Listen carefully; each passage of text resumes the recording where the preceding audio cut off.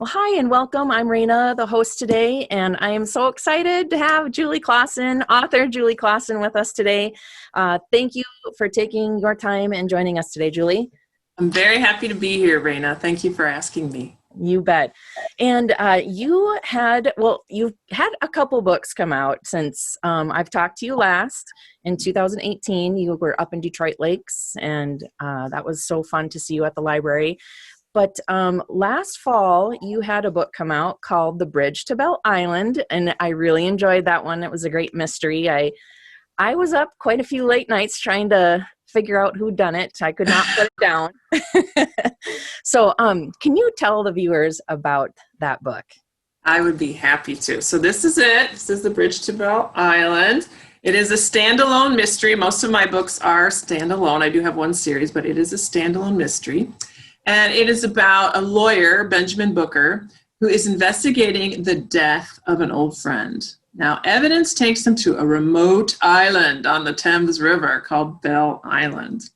And there, I found it really interesting because he deals with some anxiety, and there, the woman who lives on the island has not left it for 10 years. But there's so much evidence pointing against her that she becomes the main suspect.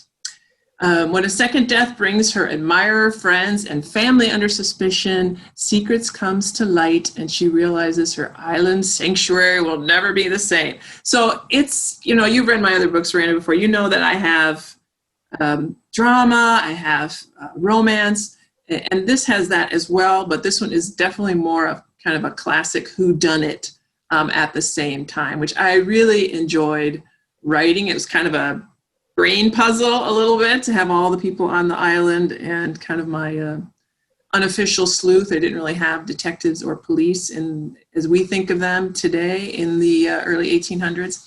So it was fun to have my amateur sleuth who trying to figure it out while he's falling in love with the main suspect at the same time. So I'm glad you enjoyed it. Thank you. Yes, I literally was like reading at 1 a.m. going, "Curse you, Julie." And I was I'm sorry, go ahead. Did you figure it out? Did you know early or did you not? So I was like, okay, I think it's this person. And then I'd read and like, no, I think it's this person. So I was like waffling back and forth. And then I'm like, oh, okay. And then it was great when I finally realized who it was.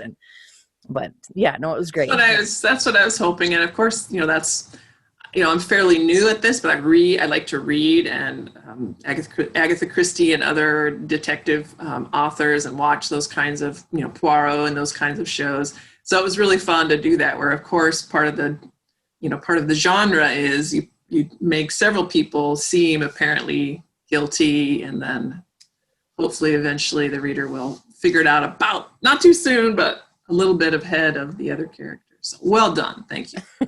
Well done to you. So I was so lucky to get to go down to your book party release in December last year. And so you were talking about how when you were researching for this book that you learned about is it the Thames? How do you say that river? Thames.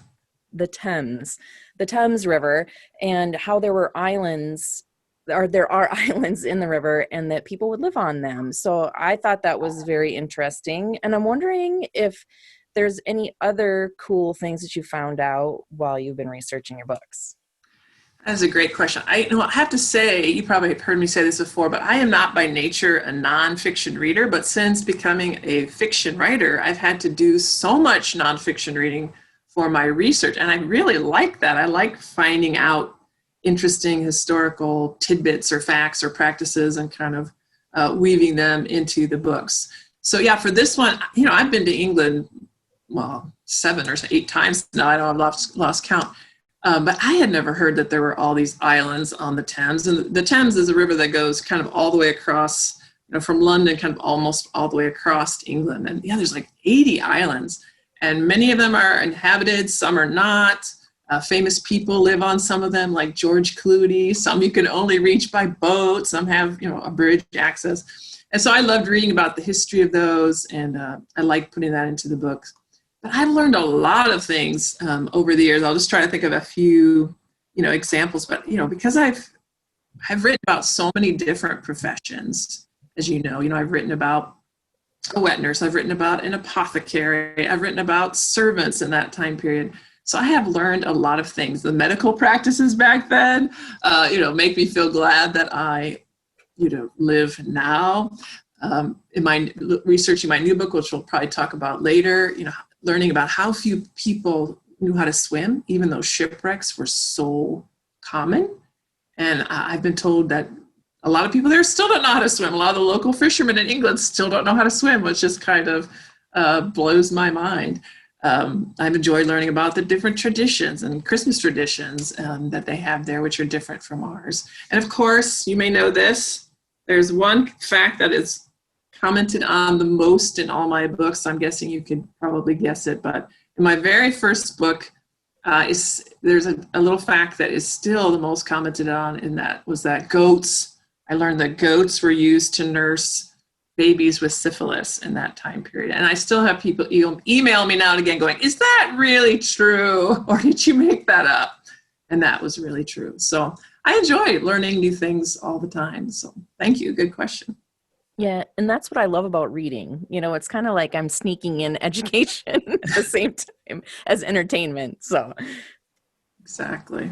And so speaking of Christmas, you mentioned some things you've learned about Christmas. You have a new book out now, and it's something that you've never done before. Can you tell us about that?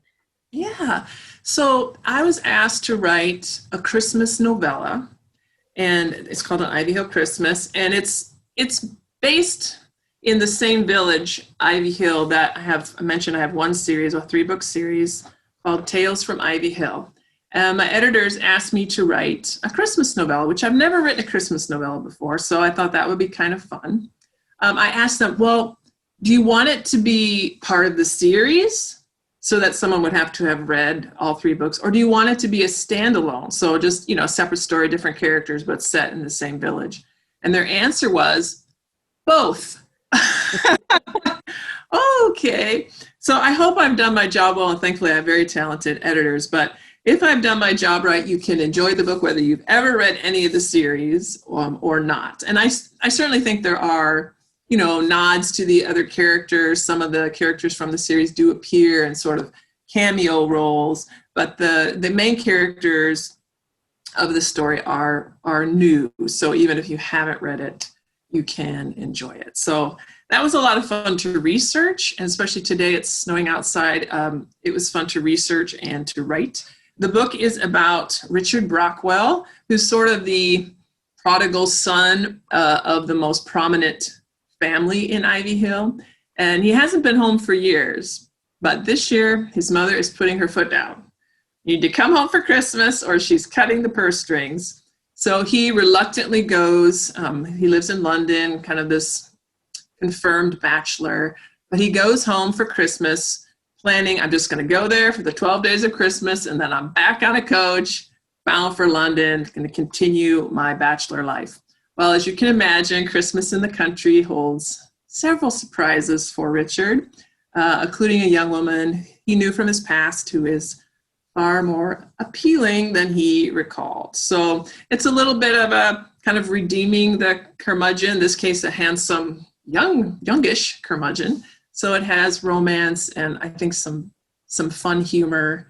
And it was truly a joy to write. And I don't know, my books, even though it's a novella, I mean, it's probably 2/3 of the length of most novels because I can't seem to write anything short. So I hope you find it satisfying when you get a chance to read it. So it was a lot of fun to write.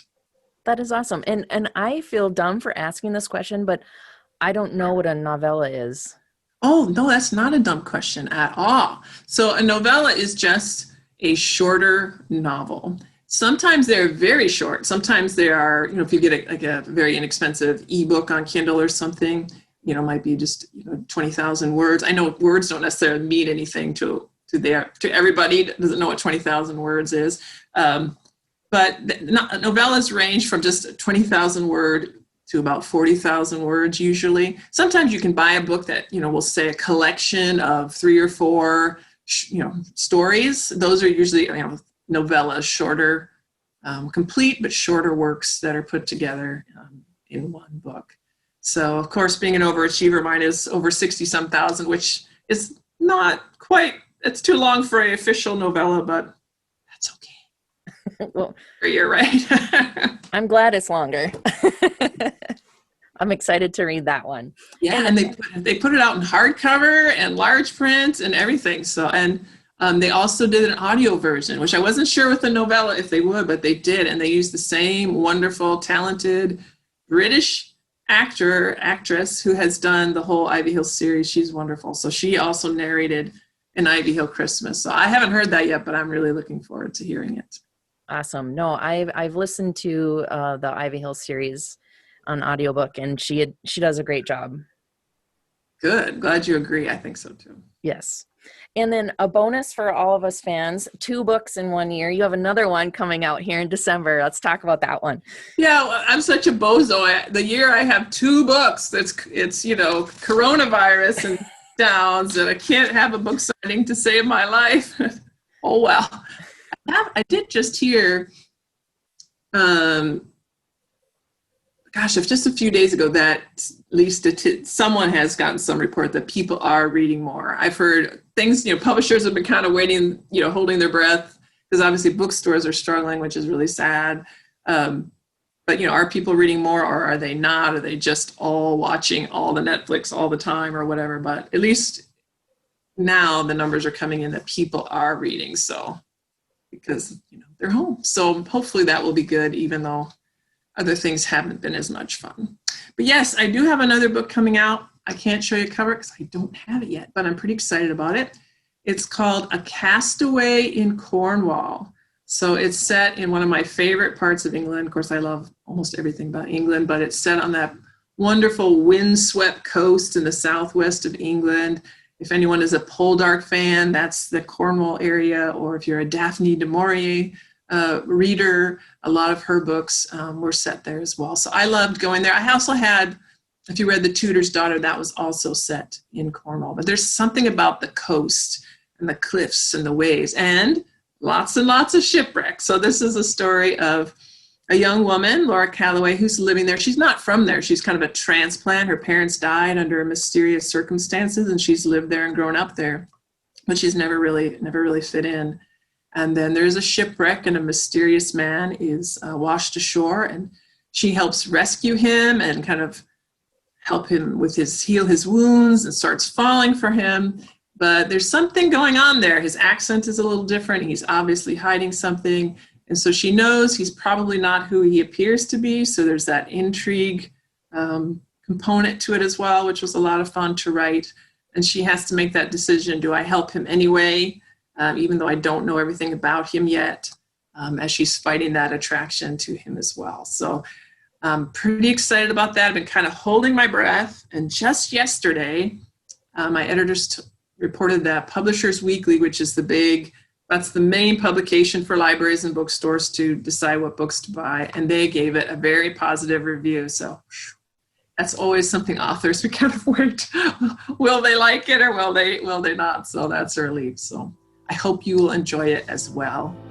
And you get your copy soon, December 1st.